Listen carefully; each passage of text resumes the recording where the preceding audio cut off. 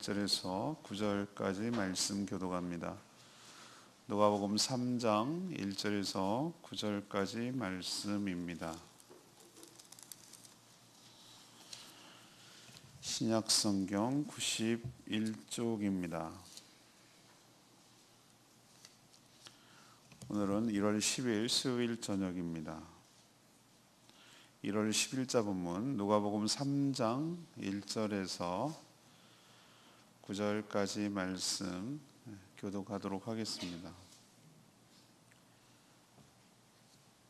디베르 황제가 통치한 지 15해 곧 본디오 빌라도가 유대의 총독으로 헤롯이 갈릴리의 분봉왕으로 그 동생 빌립이 이두레와 드라고닛 지방의 분봉왕으로 루스니아가 아빌레네의 분봉왕으로 노스와 가베야바가 대상에 있었을 때에 하나님의 말씀이 빈들에서 사가랴의 아들 요한에게 임한지라. 요한이 요단강 부근 각처에 와서 죄사함을 받게 하는 회개의 세례를 전파하니 선지자 이사야의 책에 쓴 바 광야에서 외치는 자의 소리가 있어 이르되 너희는 주의 길을 준비하라 그의 오실 길을 곧게 하라. 모든 골짜기가 메워지고 모든 산과 작은 산이 낮아지고 굽은 것이 곧아지고 험한 길이 평탄하여질 것이요 모든 육체가 하나님의 구원하심을 보리라 함과 같으니라. 요한이 세례 받으러 나오는 무리에게 이르되 독사의 자식들아 누가 너희에게 일러 장차 올 진노를 피하라 하더냐. 그러므로 회개에 합당한 열매를 맺고 속으로 아브라함이 우리 조상이라 말하지 말라. 내가 너희에게 이르노니 하나님이 능히 이 돌들로도 아브라함의 자손이 되게 하시니 이미 도끼가 나무 뿌리에 놓였으니 좋은 열매 맺지 아니하는 나무마다 찍혀 불에 던져지리라. 아멘. 오늘 말씀을 끌고 가는 키워드는 세례입니다. 세례. 오늘 말씀 요약하면은 로마 황제 티베리우스, 성경은 티베리오라고 되어 있는데 그냥 세상 역사는 티베리우스라고 표현합니다. 황제 15년 하나님의 말씀이 빈들에서 요한복음을 지은 사람하고 요한이 똑같기 때문에 이 앞부분에 나오는 요한을 세례 요한이라고 앞에 붙입니다.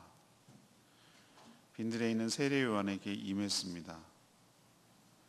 그의 존재는 이미 예수님 오시기 전에 700년 전 이사야 선지자가 말한 광야에 외치는 소리로서 주님 오실 길을 예비하는 자가 그의 역할입니다. 모든 잘못된 길, 높고 낮은 길을 곧게 하고 구부러진 길을 곧게 해서 모든 육체가 하나님의 구원을 보게 하는 사명, 이것이 세례 요한의 사명이고 그의 존재 이유입니다. 그가 드디어 공적인 활동을 시작합니다. 그의 활동의 시작은 곧 예수 그리스도의 활동의 시작을 임박했음을 의미합니다. 그는 주의 길을 예비하는 방법으로서 죄사함을 뜻하는 죄사함을 받게 하기 위한 회개의 세례, 물세례를 외쳤습니다. 누구라도 그렇게 받으라고. 그러자 많은 자들이 그를 찾아 요단강으로 찾아왔습니다. 근데 그에게 찾아온 사람들 향해서 세례 요한이 독설을 퍼붓습니다. 독사의 자식들아. 심한 욕입니다. 심판이 임박했으니 물세례 받고 끝내지 말고 회개에 합당한 열매를 맺으라고 이렇게 책망합니다. 이것이 오늘의 스토리입니다. 오늘 말씀을 끌고 가고 여러분들이 인식하기 좋게 하고 교훈을 분명히 알게 하기 위한 질문은 이겁니다. 진정한 회개란 무엇입니까? 우리도 회개라는 말을 많이 하고 실제로 회개를 행하기도 합니다만, 진짜 회개는 뭡니까? 그러면 거꾸로 역설적으로 보면 가짜 회개는 뭡니까? 나는 진짜 회개를 하고 있습니까? 나는 가짜 회개를 하고 진짜 회개인 것처럼 착각하고 살았습니까? 이것이 오늘 생각해 볼 문제입니다. 주제이기도 하고요. 첫 번째, 죄사함을 받기 위해서는 회개의 자리로 나와야 한다는 것을 우리에게 가르쳐 주고 있습니다. 죄사함을 받기 위한 첫 단계로 회개의 자리로 나와야 된다. 회개의 자리가 나오지 않으면 죄사함의 길은 요원하다. 오늘 3장부터는 세례 요한의 활동이 시작됩니다. 이제는 예수 그리스도의 탄생이 끝났습니다. 여기서부터는 예수님의 사역에 앞서서 세례 요한에부터 준비하는 과정을 지금 이야기를 합니다. 로마 황제 티베리우스 통치 15년, 본디오 빌라도가 유대 총독으로 있을 때, 헤롯이 갈릴리 분봉왕, 안나스와 가야바가 대제사장으로 있을 때, 왜 이렇게 구구절절하게 설명합니까? 세례 요한의 활동과 사역은 신화나 소설이 아니라 팩트, 실제 역사라는 것을 강조하기 위해서, 그리고 그 시대의 어느 지역에서 활동했다라는 것을 분명히 보여주므로 우리 인간 역사에서 이런 일이 일어났다라는 것을 실증적으로 증거하기 위해서 이렇게 구체적으로 시대를 명시하고 있는 것이죠. 그때 바로 그때 세례 요한의 공적인 활동이 시작되었습니다. 그럼 그동안 뭐 했는가? 세례 요한은 빈들에서. 빈들이 무엇을 의미합니까? 빈들이 뭡니까? 비어있는 들입니까? 다른 말로 하면 광야입니다. 광야는 제가 광야 체험을 했잖아요. 살 때가 못 됩니다. 그래서 광야입니다. 왜 사람이 살 때가 되면 살지 않고 안 살겠어요? 살 수가 없으니까. 낮에는 햇빛이 쨍쨍, 나가기만 하면 훅 들어오는 뜨거운 바람에 못 살겠고, 해만 떨어지면 추워서 덜덜, 나무도 풀도 없고 틈틈이 건불만 바람에 굴러다니는, 모래도 아닌 것이 땅도 아닌 것이 가끔 돌만 굴러다니는, 메마르고 건조하고 사람이 살 수가 없는 그 땅이 빈들입니다. 거기는 문명이라고는 찾아볼 수가 없습니다. 아무것도 접촉하지 않고 하늘만 바라보고 기도만 하고 주의 은혜로만 살아가는 곳, 거기가 빈들입니다. 세례 요한은 그렇게 준비가 되었습니다. 어느 때까지? 하나님이 부르실 때까지, 오늘 표현에 의하면 하나님의 말씀이 그에게 임할 때까지. 우리도 다 같이 세례 요한은 아니겠지만 하나님의 일을 감당하기 위해서 세속에 찌들고 찌들어서, 너무나 세상에 닳고 닳아서 쿡 찔르면 세상의 가치관이 푹푹 튀어나오고 세상의 언어와 용어가 나오는 곳에 살다가 갑작스럽게 주의 일을 할 수가 있겠습니까? 네, 불가능합니다.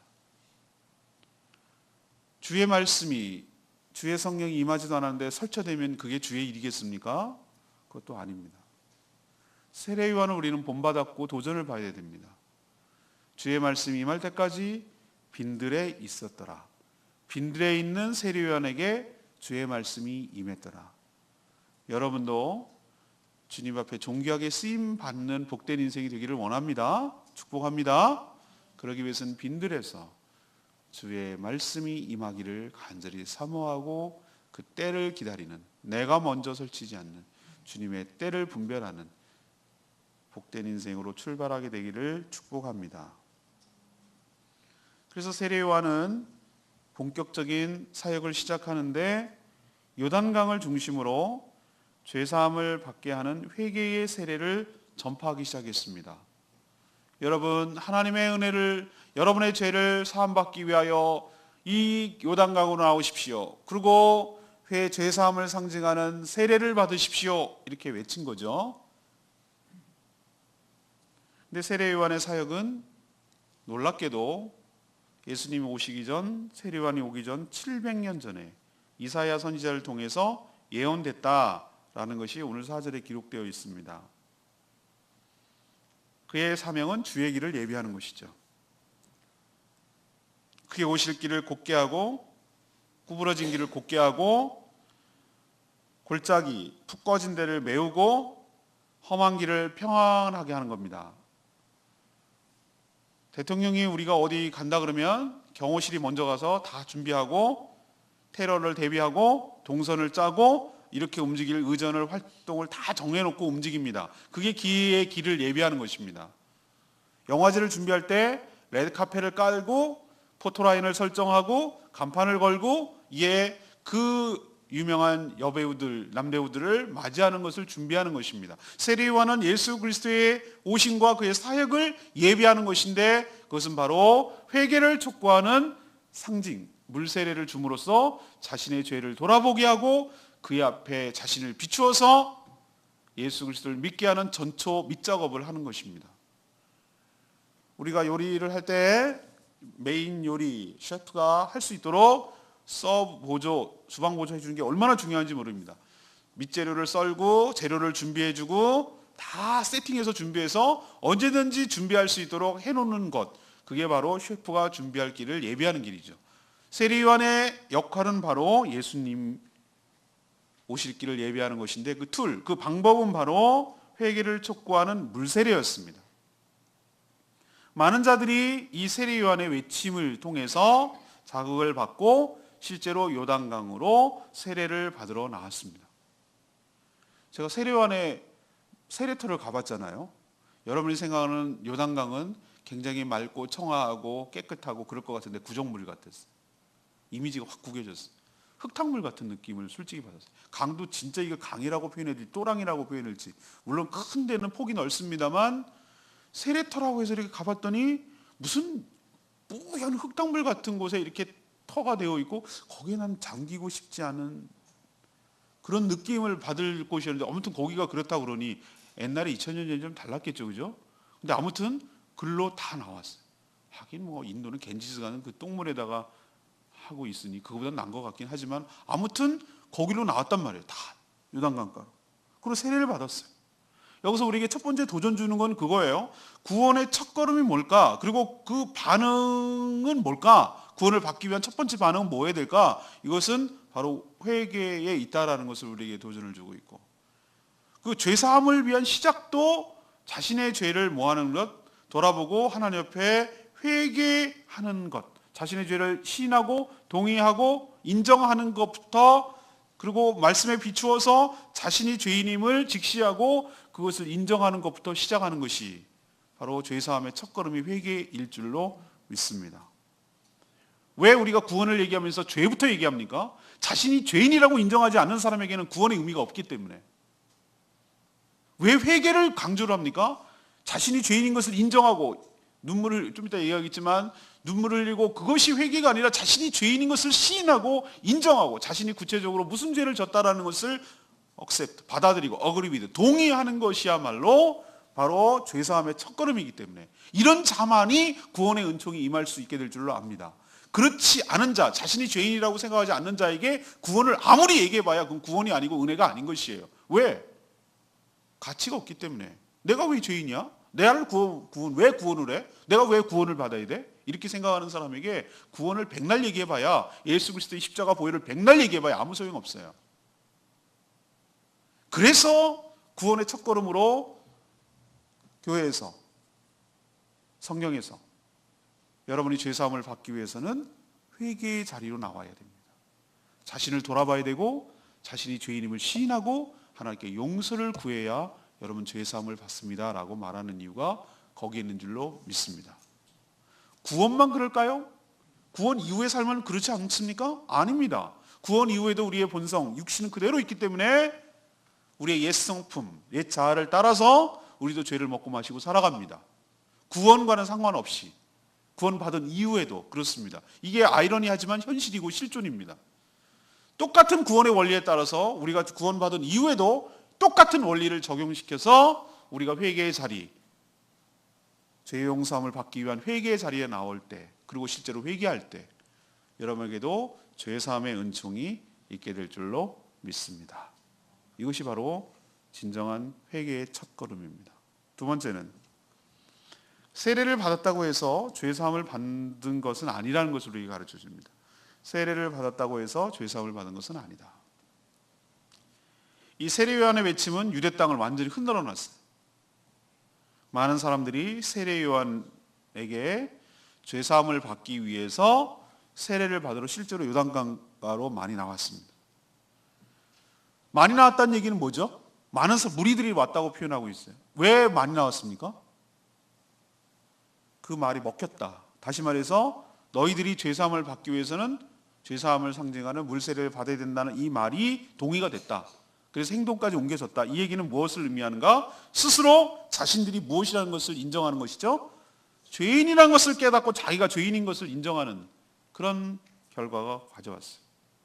그런데 놀랍게도 세례요한은 그런 자신의 말에 따라서 세례를 받으러 오는 사람들에게 심한 독설을 퍼붓는 거예요. 여러분이 오늘 잘 알다시피 뭡니까? 7절에 독사의 자식들아. 이거는 저주 중에 저주예요. 옛날부터 성경은 뱀은 사단, 마귀의 상징이었어요. 옛뱀에 의해서 꼬임을 받았다 그랬잖아요. 거기다가 그냥 뱀도 아니고 독사입니다. 거기에 또 새끼입니다. 그러니까 너네들은 마귀 자식이라 이 말이에요. 너네는 가망성이 없는 그런 애들이라 이 말이에요. 이런 심한 말을 어떻게 하죠? 그래도 자기 말 따라서 왔잖아요. 그렇게 찾아온 사람을 왜 이렇게 심한 말을 합니까? 그 뒤에 세례요한이 한 말을 되짚어서 곱씹어서 생각을 해보면은 이렇게 말한 이유를 알겠어요. 이 사람들은 8절에 있는 말씀대로 뭐라고 하냐면 세례요한의 말을 빌리는 거예요. 야, 너네들 속으로 아브라함이 우리 조상이라고 말하지 마.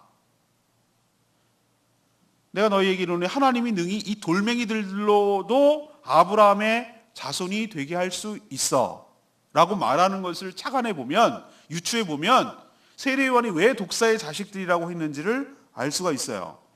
이들은 어떤 생각을 가졌냐면은 속으로는 자신들은 아브라함의 후손이기 때문에 12지파가 있었는데 다 지파가 다 끝났습니다. 지파가 다 끝나고 생존한 지파라고는 유다지파, 그래서 유대의 땅, 유다지파, 유다의 나라, 유대 땅 그렇게 불렀거든요. 그리고 베냐민 지파 일부만 좀 남아있고 나머지는 막 다 없어지고 종족 자체가 사라지고 이런 정도에 됐어요.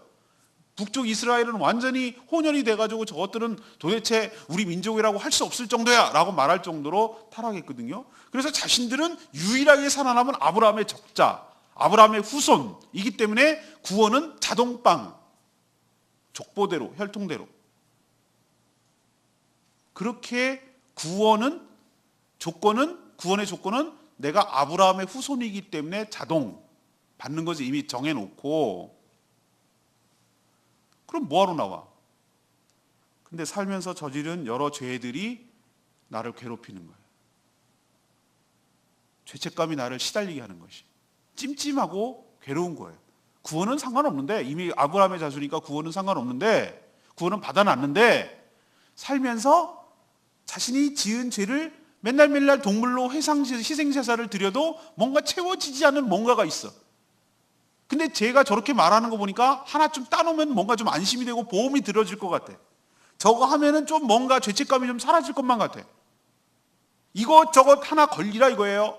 이것도 해보고 저것도 해보고 이것도 해보는 가운데 제가 말하는 것도 범상치 않은 애 같으니까 저런 것도 하나 따놓으면, 물세라도 하나 받아놓으면 내가 좀 죄로부터 자유롭지 않을까? 이런 생각을 한 것이죠. 다시 말해서 이들은 세례요한이 죄사함을 상징하는 물세례를 받으라고 말했을 때 물세례를 받으면 기계적으로 자기가 저지른 죄의 사함, 저지른 죄를 사함 받는 것으로 이해했단 말이에요. 그런 행위를 통해서 세례를 받으면, 물세례를 받으면 나의 지었던 모든 죄가 다 깨끗해지는 것으로 이해했다 이 말이에요. 우리가 생각하면 얼마나 어이없는 일입니까? 세례요한이 제일 어이없는 걸 알았기 때문에 독사의 자식들이라고 한 것입니다. 그런데 우리도 어이없는 짓을 얼마나 많이 하는지 모릅니다. 본질은 왜곡하고 다른 것으로 대체를 해서 신앙생활의 보상을 받고 나의 행위를 통해서, 나의 무엇을 통해서 하나님께 인정받고 하려고 시도하는 경우가 얼마나 많이 있습니까? 특히 대체하는 것이 무엇입니까? 내가 얼마나 많은 물질로 헌금을 했는가? 내가 얼마나 많은 것으로 봉사를 했는가? 내가 무슨 직분을 가졌는가? 내가 얼마나 몇 대째 예수를 믿고 있는가? 뭐 이런 유사한 것으로 하나님께 들이밀면서 나의 죄사함과 죄책감을 씻어내려고 합니다. 이건 너무나 뻔한 것이라도 싫다고요? 좀 더 영적인 얘기를 할까요? 내가 금식 기도를 며칠 했기 때문에, 내가 울면서 작전 기도를 며칠 했기 때문에, 내가 얼마나 울부짖고 막 떼굴떼굴 굴르면서 했기 때문에. 여러분 기억하십시오. 여러분의 어떤 행위로서 죄사함이 이루어지는 것이 아닌 줄로 믿습니다. 무엇으로 여러분의 죄사함이 됩니까? 오직 예수 그리스도의 보혈. 예수 그리스도의 보혈. 예수 그리스도의 보혈만이 여러분의 죄를 덮는 줄로 믿습니다. 그래서 보혈이라고 말하는 것이에요. 다른 것 없어. 다른 것 아무것도 소용없어. 헛짓이. 인간 노름이고 잘못된 접근 시도 방법이에요. 만약에 여러분이 그런 식으로 하나님께 접근하고 제사함을 받으려고 했다면, 세례 요한이 이 현장에 있다면 똑같은 욕설을 퍼부었을 겁니다. 독사의 자식들. 여러분 잘못된 길로 접근하지 마시고 바른 길로 접근하는 여러분 되시기를 바랍니다. 죄사함은 무엇이다? 오직 예수 그리스도의 보혈만이, 그 보혈만이 우리의 죄를 사하고 우리의 죄를 정결하게 하고 우리 죄를 덮고 우리 죄를 태우고 우리를 정결하게 하고 우리를 회복시킬 줄로 믿습니다. 이걸 우리에게 가르쳐 주는 거예요. 세 번째는 회개에 합당한 열매를 맺으며 살아가야 된다는 것을 우리에게 가르쳐 줘요. 회개에 합당한 열매를 맺으며 살아가야 된다. 이것이 진정한 회개다는 것이죠. 세례 요한의 세례를 받으러 온 자들에게 독사의 자식들이라고 독설을 들어야 했던 이유가 뭐죠? 그저 세례 요한이 베푸는 물 세례만 받을 뿐 실제의 삶에 있어서는 달라지지 않고 그대로 살아가려는 그들의 삶에 그 이유가 있었던 것이죠. 그런 얘기를 들을 수밖에 없었던 것이죠. 그래서 세례 요한은 죄사함을 의미하는 물 세례를 받는 것에만 만족하지 말고, 거기서 그치지 말고 거기에 상응하는 합당한 열매를 맺으라고 외쳤던 것입니다. 그게 바로 8절에 나오는 얘기예요. 회개에 합당한 열매를 맺지는 않고 여전히 자신이 아브라함의 자손이기 때문에 당연히 구원받는 것은 따놓은 당상이다라고 착각하고 살다가는 이미 도끼가 나무 뿌리에 놓여 있는 줄도 모르고, 다시 말해서 하나님의 심판을 피할 수가 없다, 너희들에게 이렇게 경고를 하고 있는 것이에요. 이들은 하나님의 도끼, 하나님의 심판의 도구죠. 자신의 뿌리, 자신의 생명이죠. 이미 도끼가 뿌리에 이렇게 놓여 있다는 사실조차도 모르고 살고 있었어요. 그래서 하는 말이, 좋은 열매를 맺지 않으면 너희들의 나무 뿌리가 찍혀서 불에 던져질 뿐이다 라고 경고하고 있어요. 여기서 좋은 열매란 무엇입니까? 세례 요한의 표현대로 하자면 회개 이후에 회개한 대로 살아가는 삶, 다시 말해서 회개에 합당한 열매를 맺고 살아가는 삶인 줄로 믿습니다. 울고불고 하는 건 회개 아닙니다. 울고불고 하는 것은 회개의 옵션입니다. 울고불고 할 수도 있고 안 할 수도 있고. 울고불고 하는 것이 회개의 본질은 아닙니다. 회개의 본질은 자동차로 치면 유턴하는 것입니다. 잘못된 삶을 깨닫고 주님께로 다시 돌아서는 삶을 의미합니다. 방향입니다. 저는 삭개오가 회개에 합당한 열매를 맺은 대표적인 사람이라고 생각합니다. 그는 울고불고 하지 않았습니다. 그는 예수 그리스도께서 이 사람도 아브라함 자손이라, 이 집에 하나님의 구원이 임했다는 그 말을 듣고 자신이 잘못한 것을 인정했어요. 내가 남 토설 등쳐먹은 거 4배 갚겠습니다. 자신의 재산을 나누겠습니다. 예수님이 아무 말 안 했어요. 너 그렇게 해야지, 너 그러고 살면 되겠냐? 이렇게 말하지 않았어요. 그냥 회개라는 것은 그거예요. 자기가 죄인인 것을 인정할 뿐만 아니라 자신이 잘못한 것을 뉘우칠 뿐만 아니라 자신이 잘못한 거, 남에게 피해를 준 것을 보상하고 자신을 희생하고, 그것이 나의 삶의 전부이고 이거 붙들고 살아갔다는 삶을 내려놓고 오직 하나님의 은혜에 감사하고 감격하고, 그것이 바로 진정한 회개에 합당한 열매인 줄로 믿습니다. 세례 요한이 얘기한 것이 바로 그 대목이에요. 너희들 물 세례 받고 땡치지 말고 그걸로 만족하지 말고 그거 했다고 다 했다고 생각하지 말고 그랬다면 정말로 니네가 회개했다고 생각한다면 네가 정말로 죄인이라고 생각한다면 그 죄를 청산하고 죄악된 삶에서 돌이켜서 하나님이 기뻐하시는 삶으로 살아내는 것, 이것이 회개에 합당한 열매라고 말하는 것이고, 이것은 우리에게도 동일하게 적용되어서 회개하는 척하고 쇼하는 것이 아니라 정말로 마음에 뉘우치면 통회하고 그것이 자복하는 마음이 들고, 그것은 어떤 액션으로 나와도 상관없어요. 어떤 사람은 눈물로 나오고, 어떤 사람은 막 땅을 치고, 어떤 사람은 떼굴떼굴 굴르기도 하고, 어떤 사람은 통곡을 하고, 어떤 사람은 울부짖기도 하고, 상관없어요. 그거는 자신의 방식대로 하셔도 돼요. 성령께서 그렇게 하면 그렇게 하는 것이. 그러나 그거 없어도 이를 혀를 깨물고 꾹 참고 나가서 다시는 그렇게 살아가지 않는 것, 이것이 진정한 회개이고 세례요한이 말한 회개에 합당한 열매로 살아가는 줄로, 합당한 열매 맺고 살아가는 줄로 믿습니다. 저는 오늘 레마의 말씀 역시 8절 말씀이었어요. 그러므로 회개에 합당한 열매를 맺고 속으로 아브라함이 우리 조상이라고 말하지 마라. 똑같은 이름을 가진 사도 요한은 우리가 구원을 받는 유일한 길은, 지난 주일날 예수 영접 모임했죠?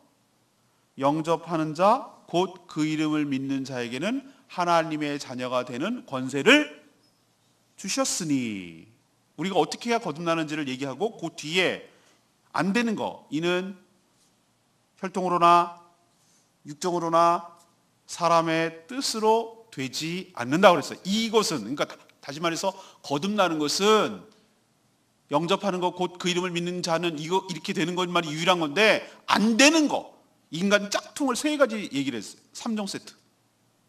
첫 번째는 혈통. 얘네들이 지금 혈통 얘기하고 있어요. 우리는 아브라함의 자손이거든. 안 되는 케이스 1번. 우리로 칠까요? 우리가 지금 4대째 예수를 믿거든. 4대째. 저희 아들은 4대째 예수를 믿어요. 우리 창희는 자기 아버지도 목사님, 자기 할아버지도 목사님이야. 증조 할아버지부터 예수를 믿었어. 4대째 예수를 믿어. 그러면 우리 창희는 당연히 예수 그리스도를 믿는 거네요. 그리고 구원받은 거네요. 아닙니다. 아닙니다. 저는 우리 아들의 구원의 확신을 위해서 기도하고 있습니다. 신앙의 계대가 끊어지지 않기를 눈물로 기도하고 있습니다. 자동빵 아닙니다. 걔도 예수 그리스도를 영접해야 되고 믿어야 될 줄로 믿습니다. 요즘 조짐이 보여서 얼마나 아빠로서 기쁜지 모릅니다. 혈통 안 되는 케이스 넘버 1. 넘버 2, 육정. 육정은 무엇이냐? 육신의 정욕? 아니요. 사람의 노력을 의미하는 것이. 뭘 노력해갖고 내가 뭐 바치고 막 뭐 어떤 거 하고 막 이렇게 봉사하고 막 섬기고, 안 되는 케이스 2번. 안 되는 거야. 율법 엄청 지킨다고, 이스라엘로 치면. 우리는 막 열심히 뭘 지키고 뭐 하고 이렇게 하면 안 되는 거야. 사람의 뜻, 세 번째, 안 되는 거. 사람의 뜻은 무엇입니까? 사람이 누군가가 시켜주는 거. 이스라엘로 치면은 할례, 우리로 치면 세례. 캐톨릭에서는 영세를 받아야 구원을 얻는다고 말합니다. 천만의 말씀입니다. 예수님이 돌아가실 때 우편강도는 세례를 받을 틈이 없었습니다. 맨날 강도짓 하더라고. 그럼 구약시대 때는 뭐 세례도 안 받고 어떻게 할 거냐 말이지. 믿음으로, 오직 믿음으로, 오직 은혜로 구원받는 줄로 믿습니다. 그건 구약이나 신약이나 다 똑같이 적용되는 것이에요. 그렇기 때문에 세례가 우리의 구원을 보증하는 것은 아닙니다. 먼저 구원을 받은 후에 영접하는 자, 곧 그 이름을 믿는 자에게 그 구원의 확증의 표로 확인한 다음에, 주의종이 확인한 다음에 세례를 베품으로 공적으로 그 하나님과 사람 앞에서 인정하고 인준하는 것이지, 그것이 구원을 보증하는 것은 아니에요. 남자들 초코파이 얻어먹으러 군대 가서 세례받는 게 얼마나 많은지 몰라요. 중3 때 뭣도 모르고 하도 윽박 질러가지고 머리 디밀고 세례받은 경우가 얼마나 많아요. 지금 그래서 후회해가지고 지금 와가지고 나이 먹고 나서 목사님 다시 받으면 안 될까요?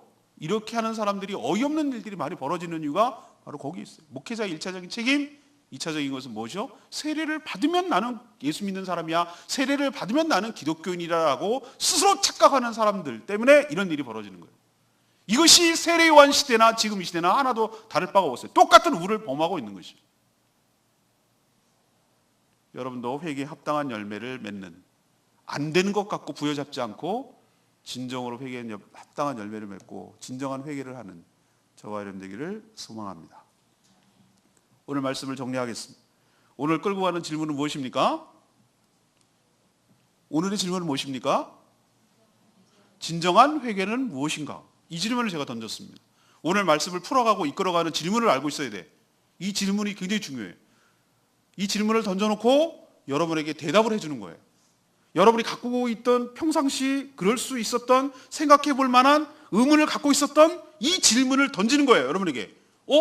나도 요즘 많이 회개하라고 많이 촉구하는데, 회개했는데, 나 회개 많이 하고 사는데 회개하라고 그러던데, 그럼 가짜 회개가 있고 진짜 회개가 있나? 그래요. 진짜 회개가 있고 가짜 회개가 있어요.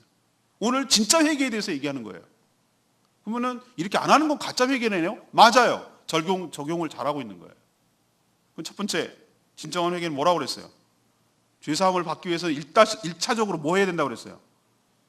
죄사함을 받기 위해서 일단 회개의 자리로 나와야 된다는 거예요. 회개가 깔리지 않은, 회개를 통과하지 않은 죄사함은 없다. 나와야 된다는 거예요. 세례요한이 외쳤는데 뒤져라, 네 맘대로 해라. 이런 사람은 구원 근처도 못 가요. 이 사람은 아예 책망조차 못 들어. 그러면 난 책망 안 들으니까 좋네? 아니요. 그런 사람 자동방으로 지옥 가는 거예요. 책망조차 들을 기회 없이 가는 거예요. 여러분은 일단은 회개의 자리로 나오게 되기를 원합니다. 그래야 여러분에게 죄사함이 있습니다.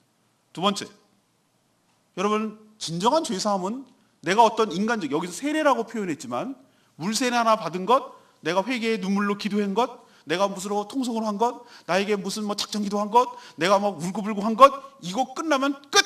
내가 할 일 다 했어. 빠이빠이! 라고 하면 안 된다 이 말이에요. 내가 어떤 인간적인 액션, 세례 받는 거, 물세례 받는 거, 이런 어떤 행위를 갖고 내가 죄사함을 얻는 것은 아니라는 거. 진정한 회개는 내가 죄를 시인하고 인정하고 오직 그리스도의 보혈만이 나를 회개할 수 있고, 오직 은혜로만이 회개할 수 있고, 오직 하나님의 말씀의 언약만이 그 말씀의 기초에서 우리 죄가 회개된다는 것, 용서받는다는 것, 여러분 기억하시기를 바랍니다. 마지막 세 번째는 뭐예요?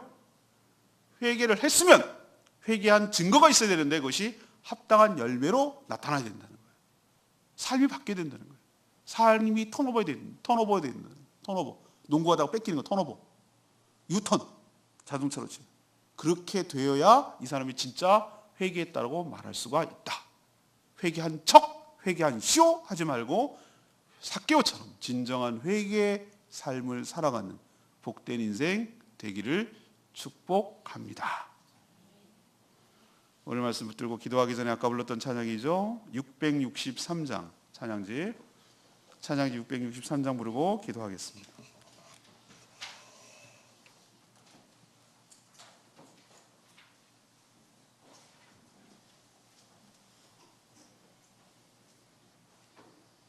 찬양집 663장 가사 보시에요.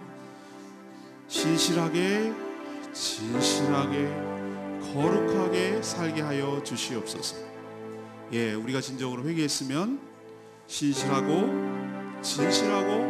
거룩하게 살기를 원하고 실제로 그렇게 살아야 될 줄로 믿습니다. 주님께서 나의 영혼을 새롭게 하여 주시고 하나님께서 나의 주님의 길로 우리를 인도해 달라고 고백하는 마음으로 이 찬양 같이 부르겠습니다.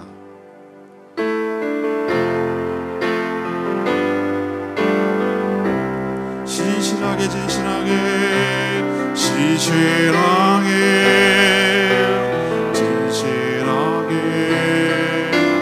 거룩하게 살게 하소서. 진실하게 거룩하게 살게 하나님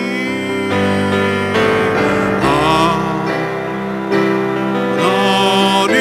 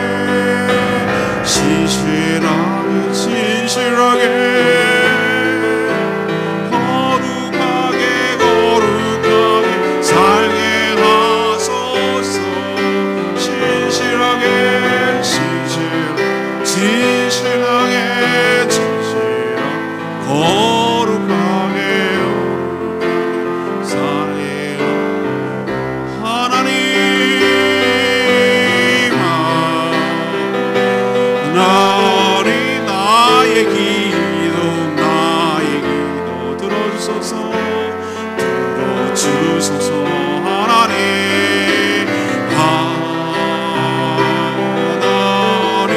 주의 길로 인도하소서. 여러분, 오늘 말씀을 듣고 어떤 생각이 드세요? 에이, 그렇구나, 또 한 얘기 이렇게 한다면 이게 무슨 의미가 있겠어요? 세례요한이 말하는 것이 꼭 나를 두고 한 말 같지 않을까? 나는 진정한 회개를 하고 살아가는가?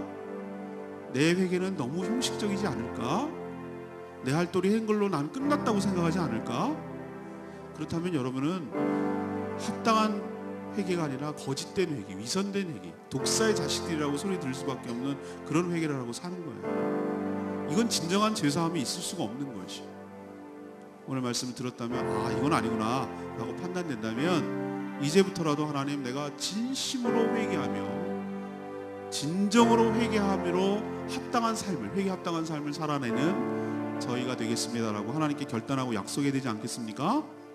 다 같이 주여 외치고 이 시간에 결단하는 기도를 하는 겁니다. 하나님, 내가 지금까지 가짜 회개하고 회개한 척한 거 용서해 주십시오. 이제부터는 진정한 회개의 삶을 살고 또 거기에 걸맞도록 살아가는 진정한 주님의 자녀가 되겠습니다. 하나님께 약속하고 믿음으로 주여 외치며 나가기고 기도하겠습니다. 다 같이 기도합니다. 주여 아버지, 하나님 그렇습니다. 오늘 말씀을 통해서 진정한 회개가 무엇인지 깨닫게 하여 주시고 그렇지 못한 회개는 또 무엇인지 알려주시니 감사합니다. 하나님, 우리가 그동안 엉터리 회개, 가짜 회개, 회개한 척하는 회개, 그래서 독사의 자식들이라고 소리를 들을 수밖에 없는 그런 회개를 하고 살았습니다. 하나님 용서하여 주시옵소서. 이제부터는 진정한 회개, 하나님이 기뻐하시는 회개, 합당한 회개, 그래서 내 삶이 변화되는 회개, 내 삶에 합당한 열매가 있는, 세계에 합당한 열매가 있는 그런 진정한 회개를 하기를 원합니다. 주여 도와주시옵시고 우리의 삶이 변화되게 하여 주시옵시고 오늘 말씀대로 진정으로 주님 앞에 나가 온전하게 회개함으로 하나님의 은혜를 받아 누리는 복된 인생 다 되게 하여 주시옵소서. 하나님